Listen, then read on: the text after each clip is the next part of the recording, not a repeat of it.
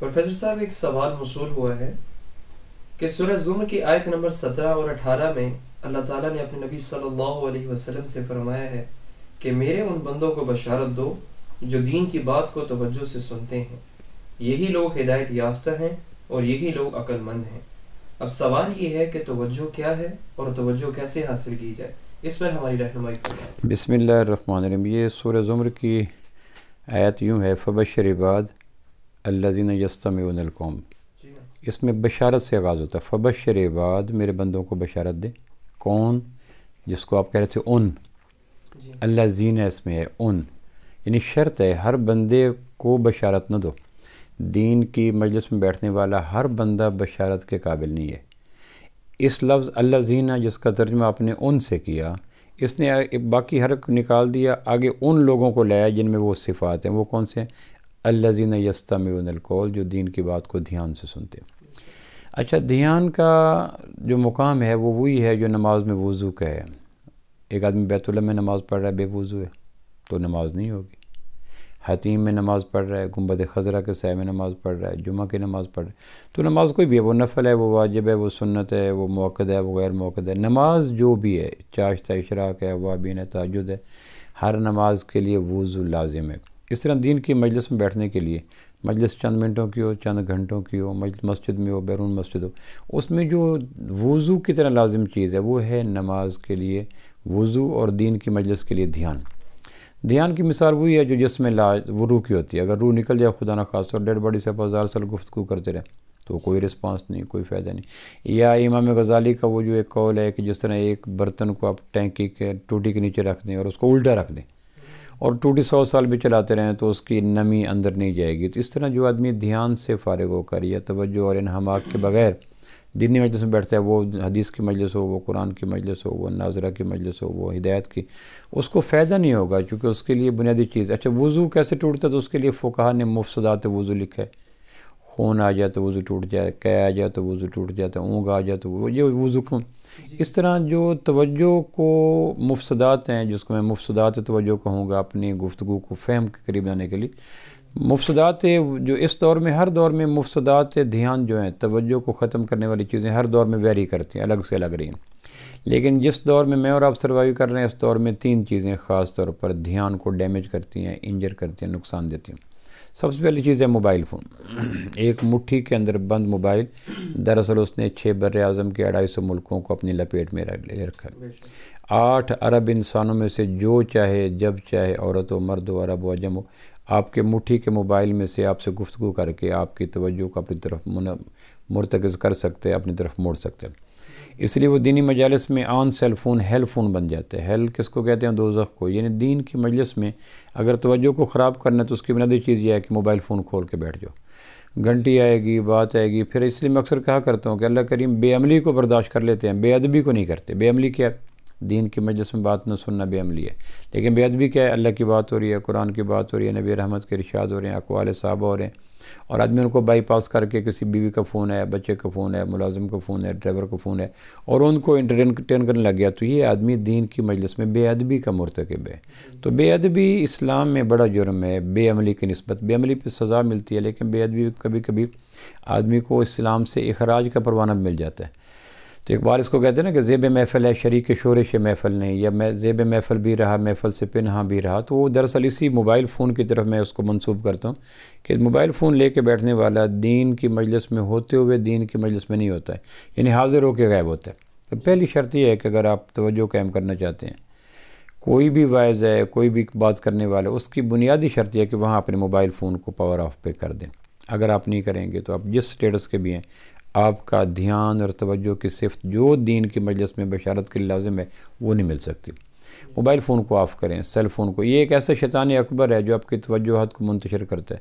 ایک آدمی جسم اللہ کو دیتا ہے لیکن دھیان اللہ کو نہیں دیتا۔ قرآن مجید میں آتا ہے نا کہ نماز قائم کرو میری یاد کے لیے، اقیم الصلاۃ لذکری، نماز قائم کرو میری یاد کے لیے۔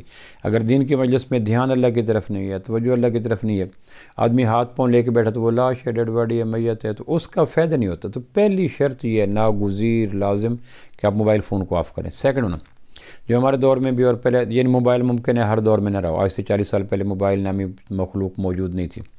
دوسری چیز جو دھیان کو انجر کرتی ہے یا مفسدات دھیان ہے یا دھیان کو ذبح کرتی ہے، وہ دین کی مجالس میں بچوں کا بیٹھنا ہے۔ المیہ یہ ہے کہ یہ غلطی عمومی طور پر دیندار کرتے ہیں۔ میں نے کئی دینی مجالس میں دیکھا بچے آگے بیٹھے ہیں، ممبر پہ بیٹھے ہیں، دائیں پہ بیٹھے ہیں، بچوں کا مزاج کیا ہوتا ہے؟ سمابیت، اضطرابیت، بے چینی، گھومنا پھرنا، پارا مزاج ہوتے ہیں، ان میں جماؤ نہیں ہوتا، ٹھہراؤ نہیں ہوتا، یکسوئی نہیں ہوتی۔ تو بچہ 5 منٹ کے بعد کروڑ بدلے گا، دائیں بائیں دیکھے گا، تو نتیجہ یہ ہے کہ دائیں والا بائیں والا اس کو جھنکے گا تو وہ جھینپ جائے گا، رو پڑے گا، پریشان ہوگا۔ اس لیے اللہ کے نبی صلی اللہ علیہ وسلم صفوں کے بیچ میں بچے کا وجود برداشت نہیں فرماتے تھے کہ بچوں کو ایک طرف، بعض علماء ظواہر ہیں وہ جو فرماتے ہیں کہ اگر بڑوں کے بیچ میں نابالغ بچہ آ گیا تو صف ملی نہیں ہے، یعنی اس کا ہونا نہ ہونا برابر ہے۔ ایک بچے پہ نماز کے احکام ہی نہیں لگتی، 7 سال سے چھوٹا ہے یا 10 سال سے چھوٹا، اس پہ نماز کے احکام ہی نہیں، نابالغ ہے، تو نابالغ بچے کا صفوں کے بیچ میں کھڑا ہونا نہ ہونا برابر ہے، چونکہ اس پہ حکم ہی نہیں ہے۔ تو بعض علماء کہتے ہیں کہ دینی مجالس کو صفت صلاۃ پہ لاؤ، کہ جس طرح نماز کے بیچ میں بچے کو امام کہتا ہے کناروں پہ کر دو، اس طرح دینی مجالس میں اگر آپ توجہ چاہتے ہیں، دھیان چاہتے ہیں، تو اس کی لازم شرط ہے کہ جو چھوٹے بچے ہیں آپ کے، ان کو ایک کنارہ کر دیں۔ اول تو لائیں نہیں، اگر لائیں تو ان کو ایک کنارے پہ بٹھائیں اور وہاں ان کی حفاظت کریں تاکہ وہ روئیں نہ، چیخیں نہ، بھاگیں۔ اور اگر وہ مسجد سے باہر جانا چاہیں تو ایسی جگہ بٹھائیں جہاں مسجد سے چلے جائیں تو بڑے لوگوں کی توجہ کو خراب نہ کریں، کیونکہ جب بچہ اٹھے گا، صفوں کو کراس کرے گا، چیخے گا، چلائے گا، تو یقیناً کچھ لوگ ڈانٹیں گے، دائیں بائیں دیکھیں گے۔ تیسری چیز جو دھیان کے قائم کرنے کے لازم وہ ہے حیثیات کا خاتمہ۔ ہر آدمی عمر بھر اپنی حیثیات کو قائم کرنے میں لگا رہتا ہے، میں ڈاکٹر ہوں، میں پروفیسر ہوں، میں MN ہوں، میں جنرل ہوں، میں کرنل ہوں، میں خطیب ہوں، میں وائز ہوں، میں ہاشمی ہوں، میں 22واں گریڈ ہے۔ یہ جو حیثیات ہوتی ہیں، اپنا مقام، اپنا سٹیٹس، جب آدمی سٹیٹس کو قائم کر کے دینی مجالس میں بیٹھتا ہے تو دینی مجالس میں بیٹھنے کے لیے پہلی شرط ہے فقیر بن کے بیٹھے۔ انتم الفقراء، تم سارے فقیر ہو، قرآن مجید میں آتا ہے۔ تو دینی مجلس میں اگر آدمی حیثیت لے کے بیٹھا ہے، برادری کی حیثیت، عہدے کی حیثیت، مال کی حیثیت، قوم کی حیثیت اور کسی اور حیثیت کو، حیثیت ایک وارث کو کہتا ہے، بتوں کو توڑ تصور کیوں کہ پتھر کے۔ دینی مجلس میں جاتے آپ کی دینی حیثیت کوئی ہے، دنیاوی حیثیت کوئی ہے، قومی حیثیت کوئی ہے، قبیلی حیثیت کوئی، ان کو ایسے پاؤں کے نیچے رکھ دیں جس طرح مسجد کے کنارے پہ جوتے رکھ دیتے ہیں۔ ان حیثیات کو وہاں رکھ دیں کہ میں کچھ نہیں، میرا کچھ نہیں، پھر کہیں اللہ تو سب کچھ، تیرا سب کچھ۔ جب یہ باتیں ہوں گی تو پھر توجہ بھی آئے گی، دھیان بھی آئے گا، انہماک بھی آئے گی، پن ڈراپ سائلنس بھی آئے گی، اور اللہ کی دین کی مجلس میں بیٹھنے والے ان لوگوں کو بشارت کا وعدہ ہے، یستمعون القول فاستمعوا، یستمعوا، پن ڈراپ سائلنس، ایک ایک بال کان بن جائے، ایک ایک رواں آپ کا پورا کان بن جائے، تب کام بنے گا۔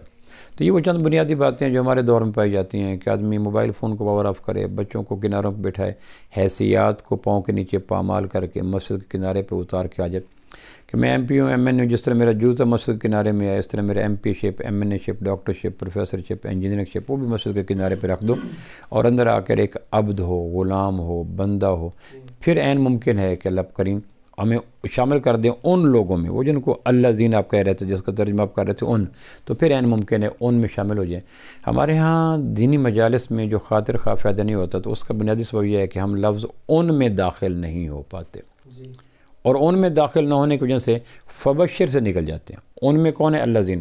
فبشر میں کون ہے؟ یستمعون القول۔ یستمعون القول ہے جو موبائل کو بند کرتے ہیں، بچوں کو ایک طرف کرتے ہیں، اور حیثیات کو دریا برد کرتے ہیں، پاؤں کے نیچے رکھتے ہیں۔